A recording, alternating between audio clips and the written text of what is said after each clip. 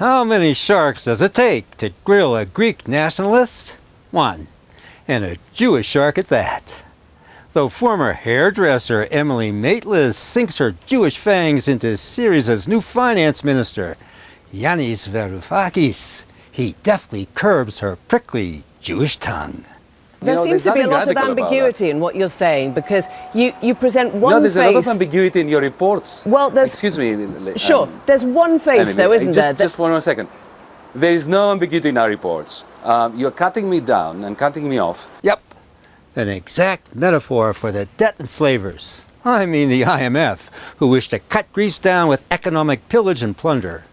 It's deviously called privatization. What about the privatization of the ports? Are you going to go ahead with that, or are you going to reverse that? As a finance minister, I can assure you that the particular investment in the port of Piraeus, which has been unfolding over the last few years, has my full support. And I would like to be part of an attempt to attract to this country in foreign direct investment that has a similar effect on raising productivity and competitiveness. How deftly he turns the destructive direction of the interrogation into a constructive path. The theft of Greece's national treasures for pennies on the dollar ain't gonna cut it. The privatizations that have been mostly being pursued over the last few years have been a kind of fire sale in the middle of a deflationary process where essentially assets that are potentially very valuable to this nation are being sold off during the deflationary crisis for peanuts, and even those peanuts are being thrown into a black hole of unsustainable debt. A black hole of Jewish enslavement. The IMF is a bastard child of the Jewish-owned Fed, whose real head, Stanley Fischer, was first deputy director of the IMF from '94 to 2001, just before heading up the Bank of Israel. He's a bona fide economic hitman who fully kosherized the IMF. Now she plays the anti-Semitism card. Do you trust the people that you are in government with now? For example, your coalition partner, who claimed last month that Greek Jews paid fewer taxes than other citizens and were given preferential treatment. Are you happy working alongside him? The wild beauty of democracy is that we have to respect the fact that the people of Greece have not given us an absolute majority in Parliament. We formed a government very quickly, and I believe that our partners throughout Europe were relieved that this country has a functional government. You're saying this is a strange bedfellow made of necessity, or you're saying it's fine?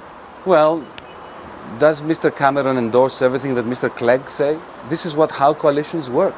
Bravo, Yanis. You see right through the Jewish ruse to turn valid criticism of Jews into anti-Semitism, and thus discredit real reform. You want to reverse structural reform. You want to raise the minimum wage. No, no, because that was what your manifesto said. Hang on a second. No, just a second. Let's take it one thing at a time. Not only do we not want to reverse structural reforms, we want to deepen them, make them more extensive. We've had enough as Greeks of being in a country which needs so desperately reforms and is not getting them. Greece has not been reforming over the last 5 years, it's been deforming. It's the same old Jewish scam of cannibalizing countries with IMF debt. Real reform of deep-rooted problems is a partnership where both the country and the lender are benefited. But with IMF reform, the lender ends up with the assets and the country gets raped. The IMF starts by writing up glowing reports by Goldman Sachs experts. Investments will improve your revenues, they promise.